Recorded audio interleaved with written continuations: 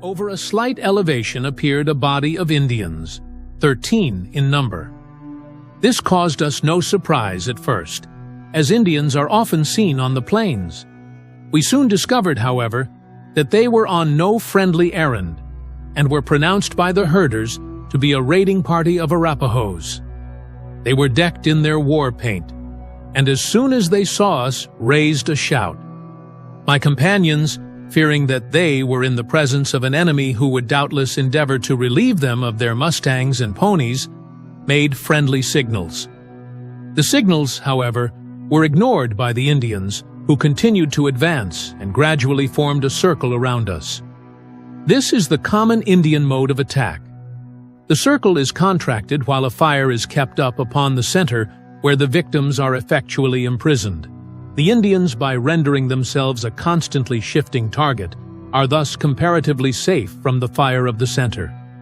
Riding around rapidly and firing at us, I and my two companions returned the fire over the backs of the mustangs and ponies, which were used as a breastwork. The circle gradually became smaller in diameter when a shot from the gun of one of the herders killed an Indian. A rush was now made upon us, our arms wrested from us, and ourselves speedily bound together with thongs. The mustangs and ponies were promptly seized, and we were prisoners. Further resistance was useless. We were helpless in the hands of 12 powerful Indians.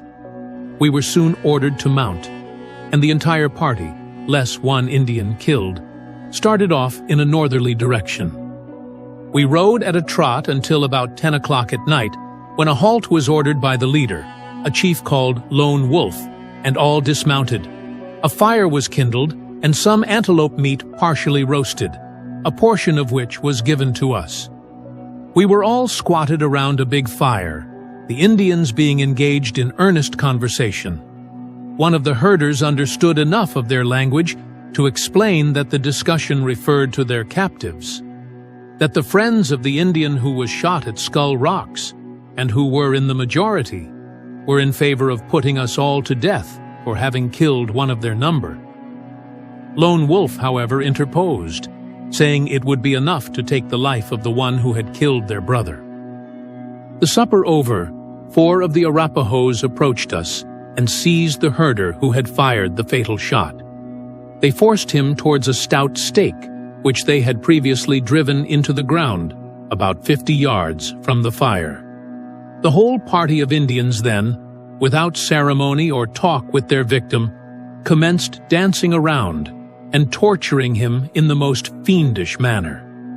They had heated their arrowheads in the fire and held them in contact with his naked flesh, while others, at a few feet from their victim, cast at him their sharp-pointed knives, which, penetrating his body, remained embedded in the flesh until he nearly died from agony.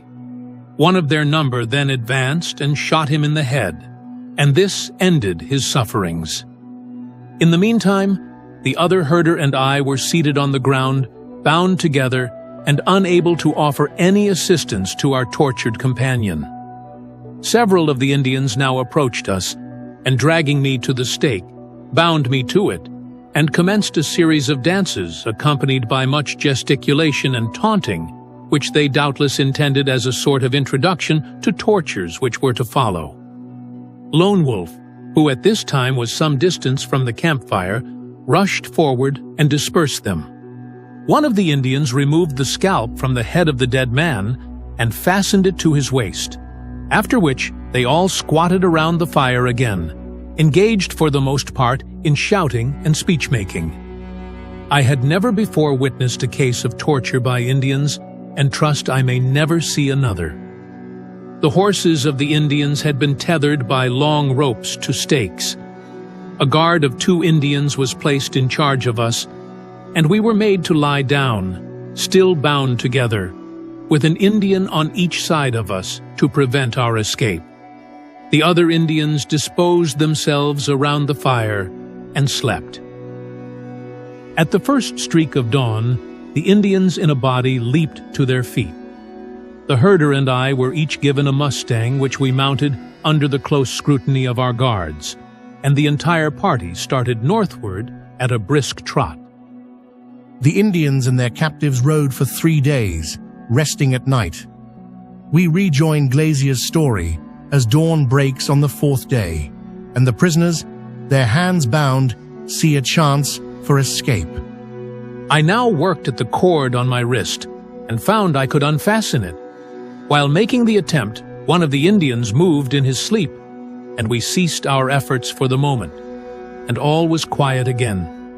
The opportunity arrived at length, the knot was loosened, and the noose slipped over our hands, which gave us our liberty. We knew where the arms lay, and each of us quickly and quietly secured a Navy revolver without disturbing our guards. We then, together, struck the 2 sleeping guards a strong blow on the head with the butt of the revolvers. The one struck by the herder was nearly killed, while my man was only stunned. We now made for the ponies, leaped into the saddles, and, before the other Indians had shaken off their slumber, had struck out with all our might in the direction from which we had come. Not many minutes elapsed before a pursuit commenced in right earnest, the Indians shouting and yelling as they urged their ponies forward. But this had the effect only of spurring us to still greater speed. I turned in my saddle and sent a bullet among them. Another and another followed, and one Indian was dismounted, but the darkness prevented our seeing if the other shots had told. The Arapahoes returned the fire, but luckily without any worse result than increasing the pace of our flying ponies. Away we tore at the top of our speed, and soon entered a canyon. Only 2 or 3 Indians could now be seen in pursuit, and my companion, saying it would be safer for both if we took different directions, at once dashed off through a ravine to the right. One Indian was observed following, but I sent a bullet into his horse, and this put a stop to further pursuit. I now dropped into a gulch, where I remained hidden until daylight. Finding the coast clear in the morning, I emerged and set out walking in a southwesterly direction, which brought me to a cattle ranch, the owner of which, after hearing my story, supplied me with food and a fresh Mustang. Again, turning my face to the westward, I pursued my course over the Rockies.